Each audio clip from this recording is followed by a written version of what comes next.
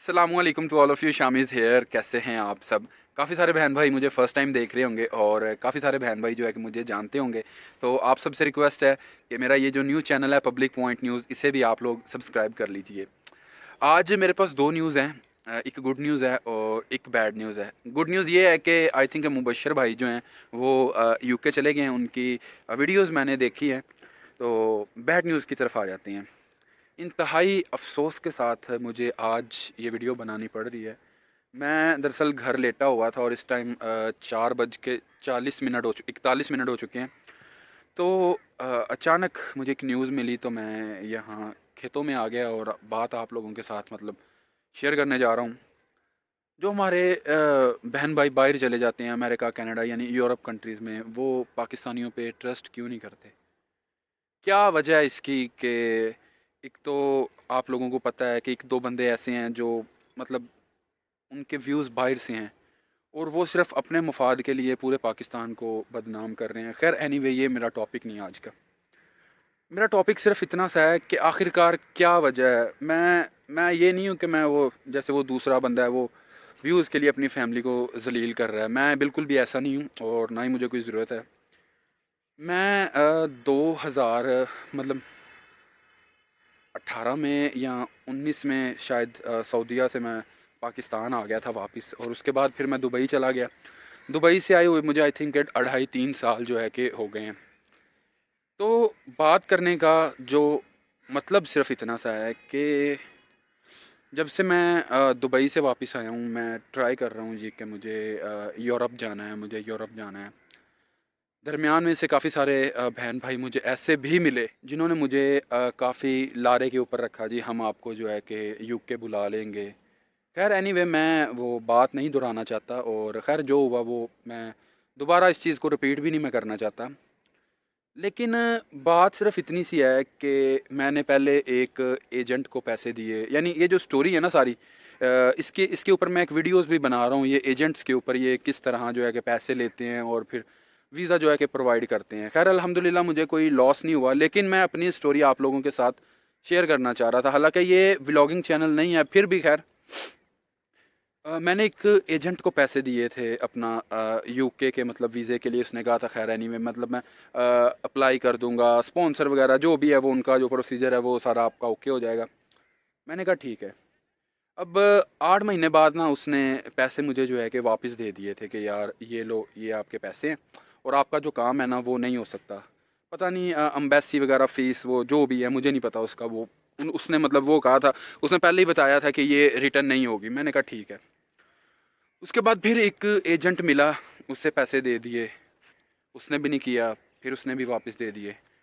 फिर एक एजेंट मिला, उसे पैसे दे दिए तो उसने लेकर भागने की कोशिश भी की। उसमें हमारा थोड़ा सा लॉस भी हुआ था, लेकिन समझ लें कि 85% हमारी अमाउंट जो है वो हमें वापस मिल गई थी।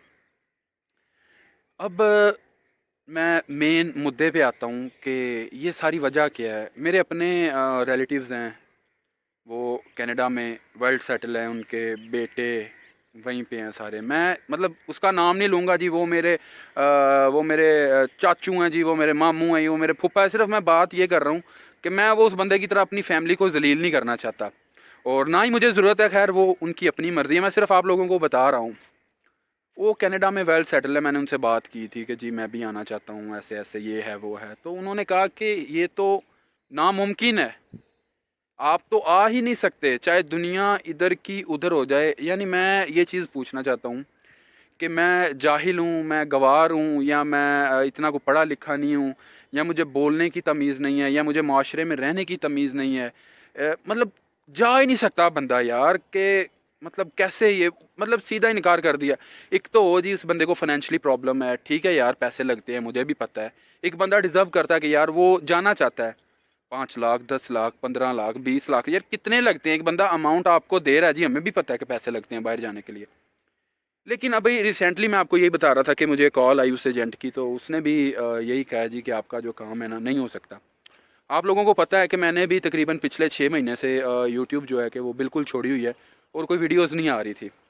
उसकी मेन रीज़न जो यही थी कि मैं सिर्फ इस चीज़ में लगा हुआ था। मैं आप सबसे भी यही कह रहा था कि आपको बहुत खुशखबरी देनी है और इंशाल्लाह मुझे यकीन था कि 95% जो है कि वो मेरा काम हो जाएगा इस दफ़ा। मैं